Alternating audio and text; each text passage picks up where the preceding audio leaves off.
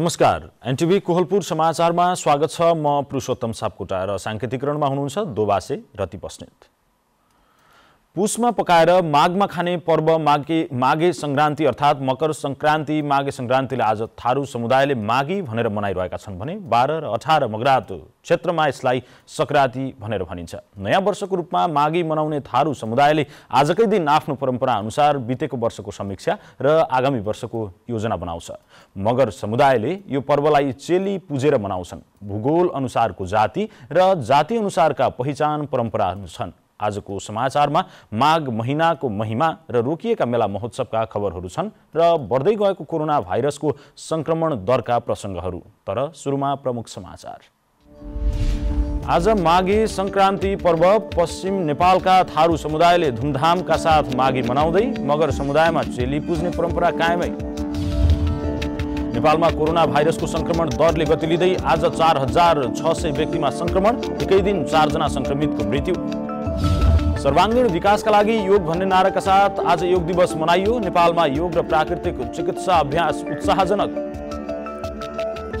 पाकिस्तानद्वारा पहिलो पटक नयाँ राष्ट्रिय सुरक्षा नीति सार्वजनिक, देशको सुरक्षा सरकारको मुख्य प्राथमिकतामा रहेको प्रधानमन्त्रीको भनाई।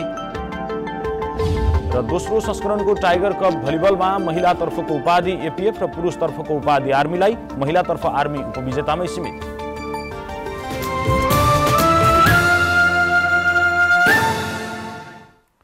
समाचार अब विस्तारमा। आज माघे संक्रान्ति पर्व मनाइँदैछ।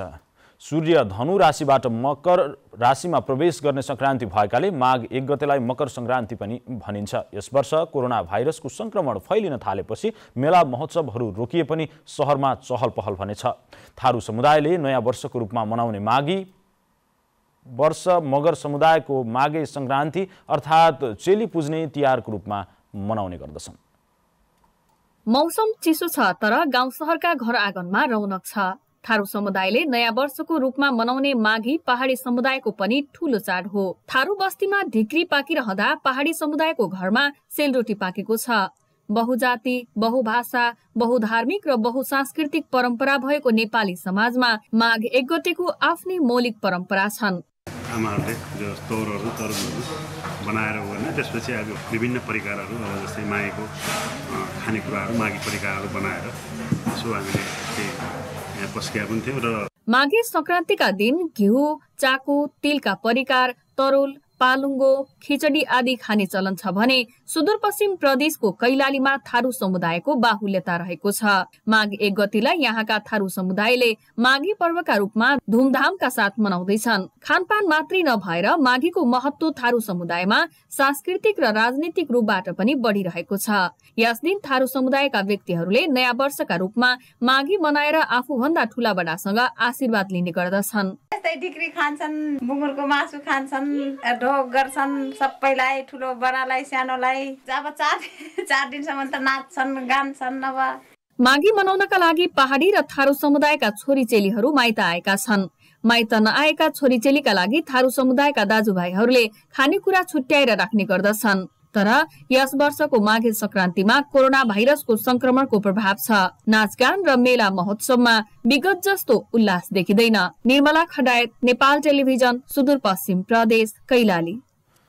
दाङ सहित पश्चिम तराईका थारू समुदायले माघ 1 गतेलाई नयाँ वर्षका रूपमा मनाउने गरेका छन्। दाङ, बाँके, बर्दिया, कैलाली र कञ्चनपुरका थारू बस्तीमा माघीको छुट्टै रौनक छ। तर कोरोना संक्रमणले यस वर्षको माघी थारू समुदायले घरमै सीमित भएर मनाइरहेका छन्। माघ महिना आउनुभन्दा अघिबाटै गाउँमा नयाँ मान्छेको आवजाव चल्थ्यो। कमैया राख्ने, छुटाउने अनि कमलरी खोज्ने काम हुन्थ्यो। तर अहिले त्यस्तो छैन। न कमैया लगाउन पाइन्छ न कमलरी राख्न नै। लमही नगरपालिका वडा नम्बर 6 देवपुर निवासी रेहरू चौधरीलाई मालिकको घरमा काम गर्न जानु परेको छैन। कमैया मुक्त घोषणापछिका माघ पर्व खुसियालीका साथ मनाउने गरिएको छ। माघ पर्वलाई नयाँ वर्षको रूपमा मनाउने चलन सदियौँदेखि चल्दै आएको थारू बुद्धिजीवी शेरबहादुर चौधरीले बताउनुभयो। यही माघीबाट नै कुनै पनि नयाँ योजना बनाउने, गाउँभरिको अगुवा छान्ने, ढलमन्सा छान्ने, चौकीदारी छान्ने र गाउँमा पर्ने आउने समस्याहरूको सबै बनाउने तरिका चाहिँ या सुरुवात गर्ने यही माघी भएको कारणले नयाँ वर्षको रूपमा मानिन्छ। थारू समुदायले माघ पर्वलाई नयाँ वर्षको रूपमा मनाउने गर्दछन्। घरको काम बाँडफाँड र जिम्मेवारी लिने समय भएकाले वर्षभरिको कामको समीक्षा गरेर निर्णय लिने अभ्यास छ। माघ महिनाभित्र घरको घरधुरिया र गाउँको अगुवा फेर्ने चलन अझै कायम रहेको छ। यसैगरी माघको 1 गते स्नान गरेर आफूभन्दा मान्यजनको हातबाट आशीर्वाद लिने चलन रहेको स्थानीय मोतीराम चौधरीले बताउनुभयो। 1 गतेका दिन नुहाई धुवाई गरेर झिकरी या रोटी अरू मासु तरकारी हामी राम्ररी बनाएर एकदम खुसी मनले खाइरहेको छौँ। 2057 साल साउन 2 गते तत्कालीन सरकारले कमैया मुक्त घोषणा गर्यो। त्यसपछि कमैया बस्ने र बसाल्ने क्रम घट्यो। त्यति बेला सरकारी तथ्याङ्क अनुसार देशभर 18,291 परिवार कमैया थिए, तर अहिले यो सङ्ख्या धेरैले बढेको छ। दाङ जिल्लामा मात्रै पछिल्लो पटक सङ्कलन गरेको लगतका आधारमा 25,000 परिवार भूमिहीन दलित भूमिहीन सुकुम्बासी रहेको देखिन्छ। विगतमा जस्तै कमैया बस्ने कमलरी लगाउने चलन हटिसकेको शिक्षक देवकुमारी चौधरीले बताउनुभयो। कमैया कमलरीहरूलाई छोड्ने र त्यसबेला जिम्मा दिने आफ्नो खेतबारीको जिम्मा दिने चलन पनि थियो र अहिले चाहिँ त्यो धेरै भइसकेको छ। अहिले चाहिँ यो राख्ने चलन पनि छैन कमैया कमलरिया। थारू समुदायभित्रको मौलिक र लोकतान्त्रिक प्रक्रिया अझै जीवित छ। यो परम्पराका राम्रा पक्ष संरक्षण गर्न जरुरी छ। दशरथ घिमिरे, नेपाल टेलिभिजन, लुम्बिनी प्रदेश, दाङ। यस वर्ष कोरोनाका कारण माघीमा विगतको जस्तो रौनक देखिएन। मेला महोत्सव भएनन् भने चिसो मौसमको प्रभाव पनि देखियो। अर्कोतिर माघी पर्वको मौलिकता हराउन थालेको पनि बताइएको छ। कैलालीमा पहाडी र थारू समुदायले माघे संक्रान्ति कसरी मनाए, हेरौँ आजको आवाजमा।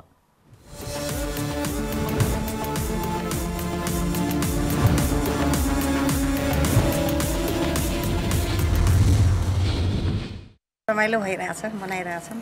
खानेकुरा मासु, अचार, आलु गोबीको तरकारी, तरुल, सकरगन्जी, चाकु, ढिक्री भइरहेछ। पहिलाको जस्तो त हुँदैन। आजभोलि धेरै रमाइलो हुन्थ्यो नि, नाचगान हुने रमाइलो गर्ने। अब मनायो रमाइलो गरियो भनौँ होइन, तर पहिलाको जस्तो जुन हुन्थ्यो नि त्यो चाहिँ अहिले छैन क्या। मौलिकताहरू धेरै हराइसक्यो क्या। जो आउनुपर्ने घरमा जो हुन्छ नि फुपूहरू चेलीबेटीहरू, त्यस्तो अहिले कोरोनाको कारणले पनि एकअर्का भेटघाट हुन पाएको छैन, आउन पाएको छैनन् होइन। अनि जति फ्यामिली छौँ घरमा त्यति नै रमाइलो भइरहेछ, रमाइलो मानिरहेछौँ, रमाइरहेछौँ। तर पहिलाको जस्तो जुन रमाइलो थियो नि, माघी नयाँ साल जुन उत्सव थियो नि, अहिले त्यो चाहिँ छैन कि, वास्तवमै छैन। अलिअलि रमाउने हो, तिहार नै हो, रमाइलो गर्ने भनेर एउटा मानिकताले मात्र हो रमाइरहेको। यो चोटि चाहिँ अलि पहिलाको जस्तो चाहिँ भएन, तर अलि चाहिँ ठिकै नै भएको छ। निकै लकडाउन लागेर चाहिँ सबै साथीहरूसँग चाहिँ भेटघाट भइरहेको छैन होइन। पनि अरू ठाउँमा चाहिँ अलि रमाइलो नै गरिरहन्। त्यही पनि हाम्रो यता गाउँमा चाहिँ अलि रमाइलो नै भएको छ होइन। अलि अब साथीहरूसँग चाहिँ भेटघाट चाहिँ भएको छैन होइन। हाम्रो आफ्नो आफ्नो घरमा चाहिँ धेरै रमाइलो भएको छ। ढिक्री अनि बुङ्गुरको मासुहरू, सकल गैँजा गैँजीहरू सबै पकाहाम होइन। त्यो पनि अलि पहिलाको भन्दा नि अब यो साल चाहिँ अलि कम रमाइलो भयो। पहिला चाहिँ अलि धेरै नै हुन्थ्यो। अब सबै साथीहरूसँग चाहिँ 14 दिनदेखिका लाएर चाहिँ हामी नाचगान गर्थ्यौँ होइन। अब यो साल चाहिँ अब साथीहरू लकडाउनले चाहिँ अब भेटै भएको छैन। त्यो पनि पहिलाको भन्दा चाहिँ अलि कम रमाइलो भएको छ। यसपालिको माघी विगतका वर्षहरूभन्दा अलिकति भिन्न फरकले अलि पनि यहाँ स्मार्ट लकडाउनको अवस्था रहेको हुँदा तैपनि परिकारको हिसाबमा सकरगन्ज, तरुल र चाकु लगायत होइन खिचडी सामान्य आइटमहरू खाएर मनाइयो घरमै। र बाहिर पनि यति रमाइलो गर्न सक्ने अहिले वातावरण नभए हुनाले त्यसमा सीमित रहनुपर्नेको अवस्था छ।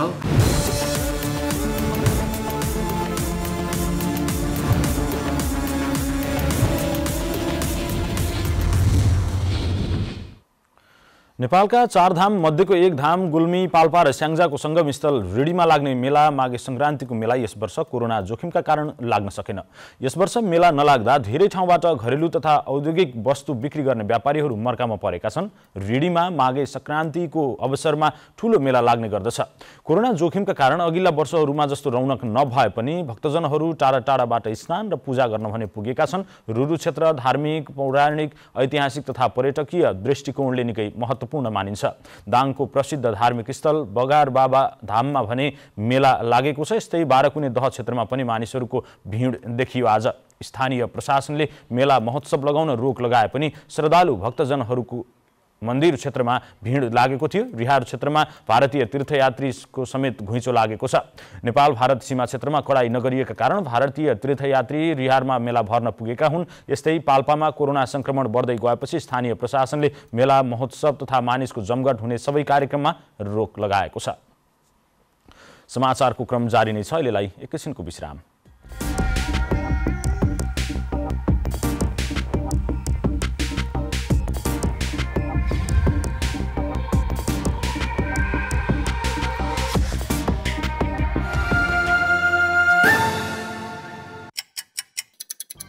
हर घड़ी हर प्रहर प्रत्येक गाउँ प्रत्येक शहर के निकट के विकट हरेक स्थितिमा हरेक परिस्थितिमा नीति विधि र प्रतिनिधिका कुरा प्रकृति संस्कृति र प्रविधिका कुरा हाम्रो समाचार तथ्य सूचना निष्पक्ष विचार हाम्रो अभिभारा तपाईको सूचनाको अधिकार।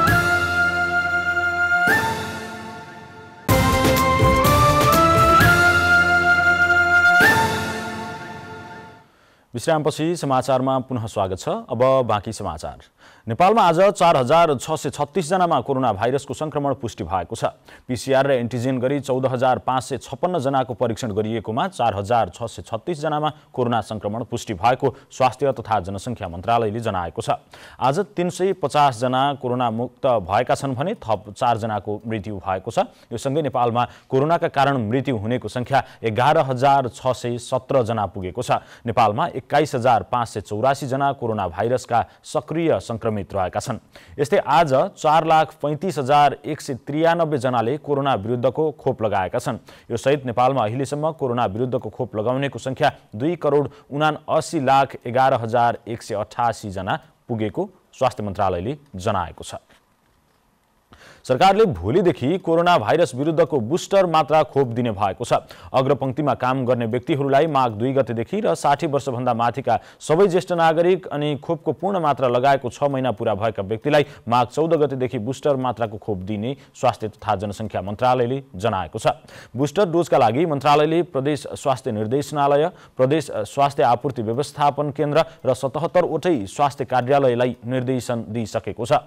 बुस्टर डोज कोरोना भाइरस विरुद्धको पूर्ण मात्रा खोप लगाएको 6 महिना पूरा भएका व्यक्ति, अग्रपंक्ति र 60 वर्षभन्दा माथिका तथा रोग प्रतिरोधात्मक क्षमता कम भएका सबैलाई दिइने मन्त्रालयका सहप्रवक्ता डाक्टर समीर कुमार अधिकारीले जानकारी दिनुभयो।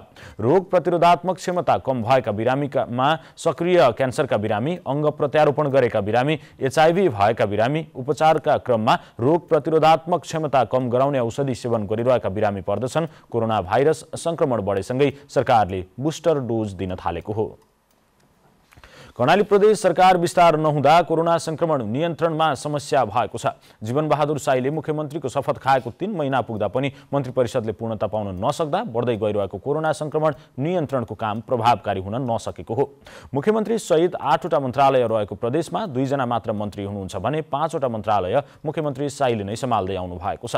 प्रदेशको स्वास्थ्य र शिक्षा हेर्ने सामाजिक विकास मन्त्रालय मन्त्रीविहीन भएपछि कोभिड नियन्त्रण लगायतका महत्त्वपूर्ण नीतिगत निर्णय गर्न नसकिएको हो। मन्त्रालय मन्त्रीविहीन भएपछि कतिपय नीतिगत र दैनिक प्रशासनिक काममा बाधा हुने गरेको कर्मचारीहरूले बताएका छन्। मन्त्री नै नहुँदा स्वास्थ्य निकायलाई महामारी विरुद्ध कसरी परिचालन गर्ने भन्ने अन्यल बढेको बताइन्छ। प्रदेशको स्वास्थ्य, शिक्षा र सामाजिक सुरक्षा जस्ता क्षेत्र हेर्ने मन्त्रालय महिनौदेखि मन्त्रीविहीन भएपछि त्यसको असर सबैतिर देखिन थालेको छ।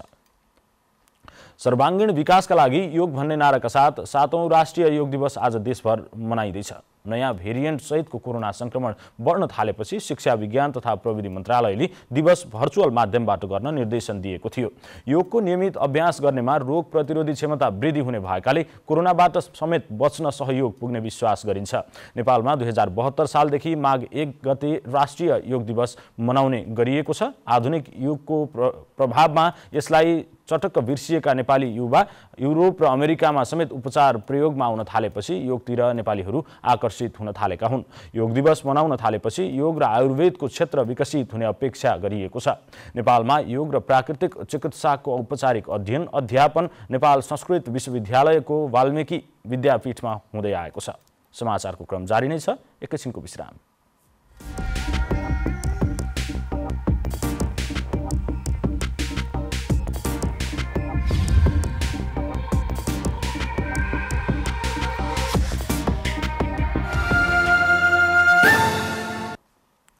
तपाईँ एनटिभी कोहलपुर हेर्दै हुनुहुन्छ। अब बाँकी समाचार।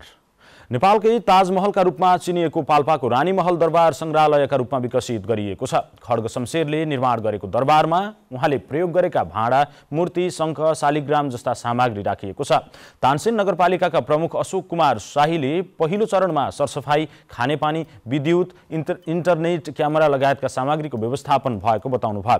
15 लाखबाट थालनी भएको काम हाल करिब 35 देखि 40 लाख रुपियाँ खर्च भइसकेको शाहीले बताउनु भएको छ।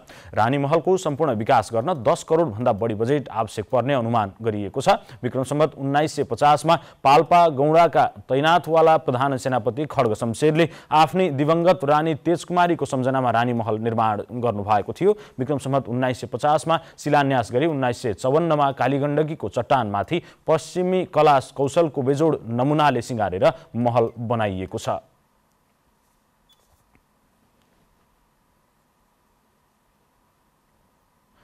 अब अन्तर्राष्ट्रिय समाचार।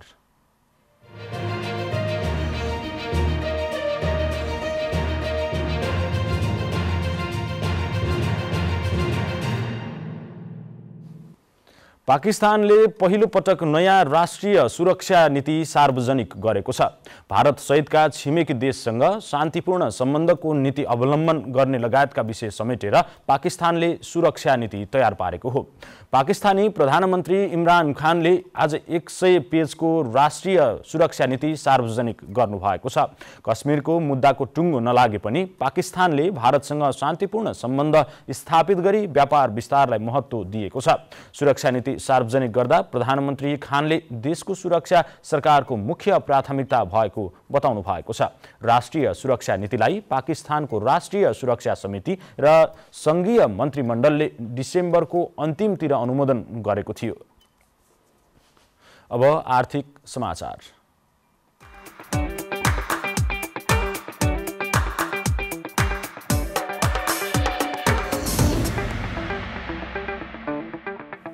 व्यावसायिक रूपमा तरुल खेती हुन नसके पनि माघे संक्रान्ति सहित चिसो मौसममा यसको व्यापार भने निकै फस्टाउने गरेको छ।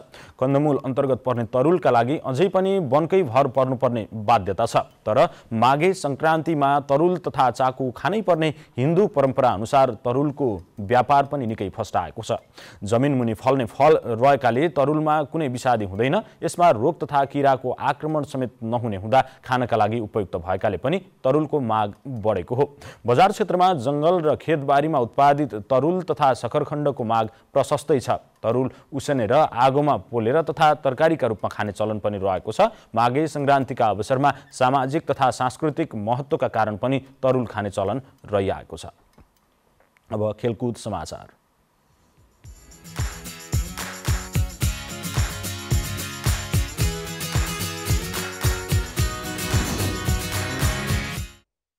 दोस्रो संस्करणको टाइगर कप भलिबलमा महिलातर्फको उपाधि एपीएफ क्लबले जितेको छ भने पुरुषतर्फको उपाधि आर्मीले कब्जा गरेको छ। पोखरा रङ्गशालाको भलिबल कोर्टमा आज भएको फाइनलमा त्रिभुवन आर्मी क्लबलाई 3-0 को सोझो सेटमा हराउँदै एपीएफ च्याम्पियन बनेको हो। यस्तै हेल्प नेपाल स्पोर्ट्स क्लबलाई पराजित गर्दै विभागीय टोली त्रिभुवन आर्मी क्लबले पुरुषतर्फको उपाधि जितेको छ। आजै भएको फाइनलमा हेल्प नेपाललाई 3-1 को सेटमा हराउँदै आर्मी च्याम्पियन बनेको हो। फाइनलको जितपछि आर्मीले लीग चरणमा हेल्प नेपालसँग बेहोरेको हारको बदला समेत लिएको छ। उपाधिसँगै एपीएफ र आर्मीले ट्रफीसहित 3-3 लाख रुपियाँ पुरस्कार प्राप्त गरेका छन्। अब मौसम।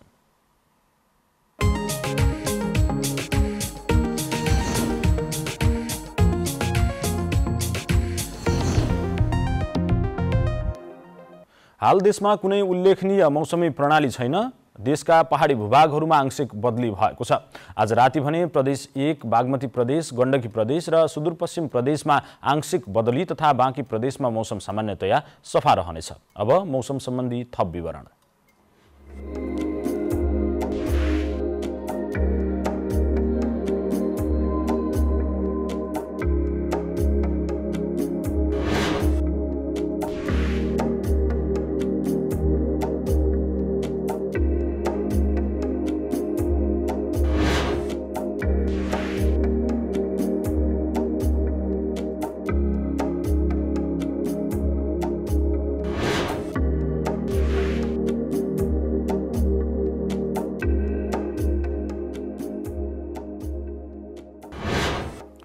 समाचारको अन्त्यमा प्रमुख समाचार पुनः एकपटक। आज माघे संक्रान्ति पर्व पश्चिम नेपालका थारू समुदायले धुमधामका साथ माघी मनाउँदै मगर समुदायमा चेली पुज्ने परम्परा कायमै। नेपालमा कोरोना भाइरसको संक्रमण दरले गति लिँदै आज 4600 व्यक्तिमा संक्रमण, एकै दिन 4 जना संक्रमितको मृत्यु।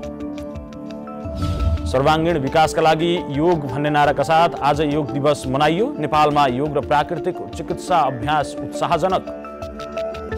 पाकिस्तानद्वारा पहिलो पटक नयाँ राष्ट्रिय सुरक्षा नीति सार्वजनिक, देशको सुरक्षा सरकारको मुख्य प्राथमिकता रहेको प्रधानमन्त्रीको भनाई। र दोस्रो संस्करणको टाइगर कप भलिबलमा महिलातर्फको उपाधि एपीएफ र पुरुषतर्फको उपाधि आर्मीलाई, महिलातर्फ आर्मी उपविजेतामै सीमित।